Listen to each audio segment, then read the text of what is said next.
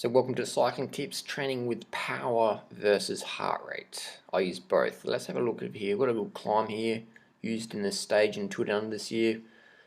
Quite a popular climb. Got over 1900 riders on there. Fastest time, Damon Howson. I think he's under 23, silver world time trial champ. Silver medalist. He's got a 7:26. He's got no power there. The lightning strike indicates someone using a power meter. Second place, Thomas de Ghent, Tour de France rider. Ben Hermans rides for Radio Shack. And we've got a few other domestic pros here. Francais de Jour rider, Jussi. And here we have Vegan Boy, Banana Boy, with a 758 there with a 372 watts at 63 kilos. We're going to have 5.88 watts per kilo. But if you look at my heart rate, it's not very high at all.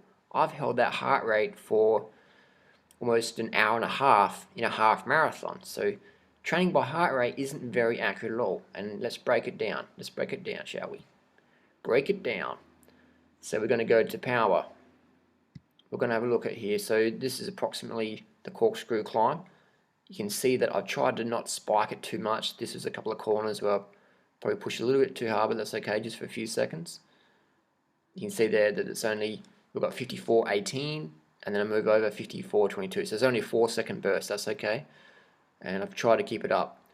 What I can notice next time on this climb is I can try and put a more consistent power on the flat sections, really. I was, so you can see there we have a 12-second drop from 446 down to 273, so I could have been a bit more consistent on that flatter section, just focus a bit more pedaling instead of trying to recover.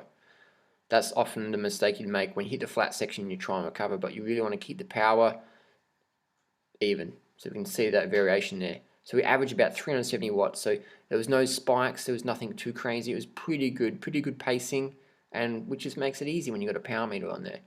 Now let's have a look at heart rate. What's heart rate going to tell us?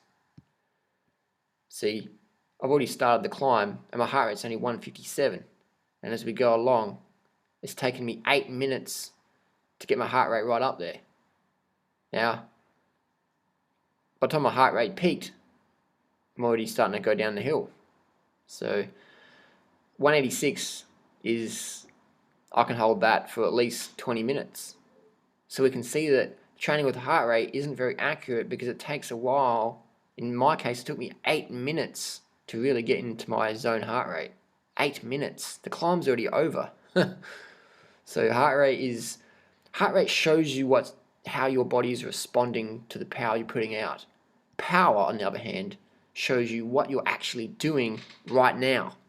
In the last few seconds, it shows you what you're doing right now. So power versus heart rate. Power shows you what you're doing. Heart rate shows you how you're responding to what you were doing. Does that make sense? So it's a bit like cooking. If you want to bake a vegan banana cake, then using a thermometer, aka a power meter, is going to help you a lot more than just using a fan or whatever. So heart rate is good, but power is best. Let's just look at cadence quickly. So we can see that on the climb over here, that's where we were. So we're trying to hover between 80 to 100. That's what we're trying to do. So nice, last light cadence. And this is a pretty steep climb. I use compact crank on this one, so I can have that nice cadence. So we probably average around 85 for the climb, cadence-wise. So there you go on cadence. Speed is totally irrelevant. Speed means nothing really in cycling. It doesn't show you what's happening because you might be drafting, might be tailwind, or whatever. So power is the most absolute and accurate way to train. If you're not training with power, then you're really missing out a lot. So heart rate shows you how you're responding. Power shows you exactly what you are doing. Exactly what you are doing. So there you go. That's the difference. Heart rate shows you how you're responding to the workload, and power shows you your actual workload. So it's a bit like going to the gym and wearing a heart rate monitor to do bench press. It doesn't really tell you that much, does it? But the numbers on how much you can bench press, that's what matters. The wattages you can push out as a cyclist, your watts per kilo, that is what matters. Your heart rate doesn't really matter. Your watts per kilo matters. If you're in the gym doing bench press, you can put your heart rate strap on. Yeah, that's cool, but what matters, are you getting stronger?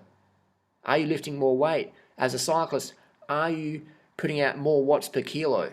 Only with a power meter you can objectively quantify and measure advances in your fitness. Objective advances. Not guessing, not assuming, not thinking, oh yeah, my heart rate's... No. You can say my watts per kilo is up, and watts per kilo is the most important factor for a cyclist. Thanks for watching. See you soon.